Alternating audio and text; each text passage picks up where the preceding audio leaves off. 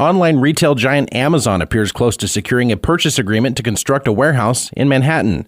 K-Man's Bernie Fancella has the story. City commissioners are expected on Tuesday night to consider approval of a purchase and sale agreement with Amazon totaling just north of $206,000 for a roughly 15-acre tract of land in the Manhattan Business Park west of the airport.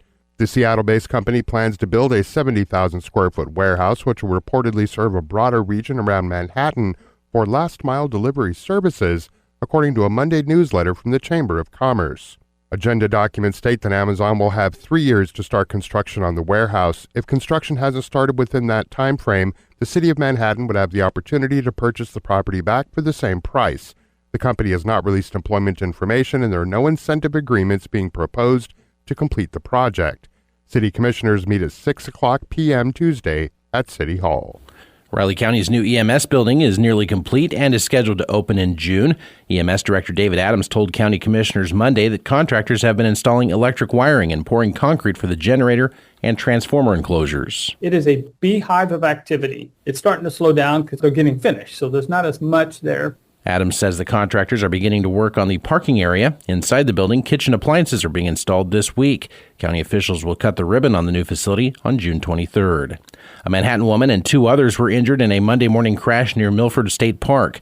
According to the Kansas Highway Patrol, a northbound Chevy Suburban attempted a U-turn on US 77 just north of the K57 junction at around 7:30 yesterday morning, but did so in front of a northbound Ford Flex, resulting in the crash. Authorities say 36-year-old Sarah Kohler of Manhattan, who was a passenger in the Suburban, sustained a minor injury. The 27-year-old driver, Julianne Bettis of Belleville, also sustained a minor injury. The driver of the second vehicle, a 40-year-old Texas woman, was not injured. Housing continues to be a hot topic for local government entities. Last Thursday, a task force composed of Manhattan, Riley County, and USD 383 officials met to discuss the potential benefits of reinvestment housing incentive districts. City and county officials differ on approaches to RHIDs. City Manager Danielle Doolin. The county's policy prefers infill development, whereas the city's policy, we will look at both infill and greenfield development. And then the county's policy would prefer a term of less than 10 years, whereas the city's policy, we will review those on a case-by-case basis. Says tax breaks also impact county and school district budgets. Those entities will have veto power and haven't yet reached a mutual agreement on how to proceed on such projects. Last week, the Potawatomi County Sheriff's Office said goodbye to Elvis, a long-serving canine for the department. Sheriff Doug Adams says Elvis was put down last Thursday after battling an aggressive form of cancer. The canine had been set to retire in 2026 after years of service to the department. Elvis had done a lot of great work, not just in a law enforcement capacity, but attended many outdoor demonstrations, indoor demonstrations, including one in Walmego for Dogman, I believe is the book that the library they had a project on. The Sheriff's Office intends to replace Elvis in the coming months. Good morning, I'm Troy Coverdale with your sports headlines. K-State women's golfers Carla Burnett and Alenka Navarro finished in a tie. My cat Freddie loves to be brushed and cuddled.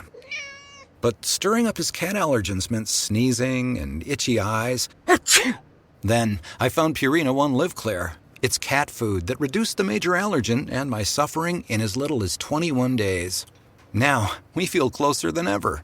If you have issues with cat allergens, you really need to try Purina One Live Clear.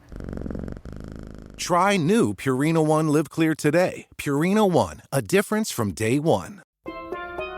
Here at the Almond Joy Factory, where tropical vibes abound, we use soft, fresh-tasting coconut. The crunchiest almonds and delicious chocolate candy. Ah, but do you know what our most important ingredient is?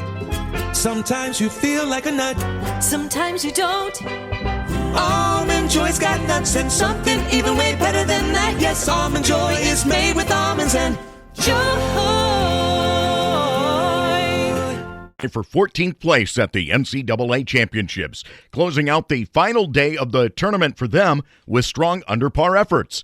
Bernat carded a 5-under 67 on the day. Navarro finished her day with a 4-under 68.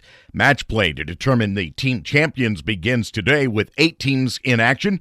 K-State was eliminated from that portion of the tournament on Sunday. Chris Bubic's no-hit bid for the Royals ended with an official scoring change last night.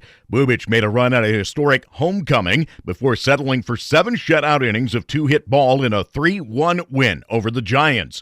Bubic initially got through 6 innings without allowing a hit, only to have an error charged to Royals second baseman Michael Massey. It was changed to a single before the start of the 7th. Bubic didn't let it faze him. He struck out 5, walked 3, and lowered his ERA to 1.47.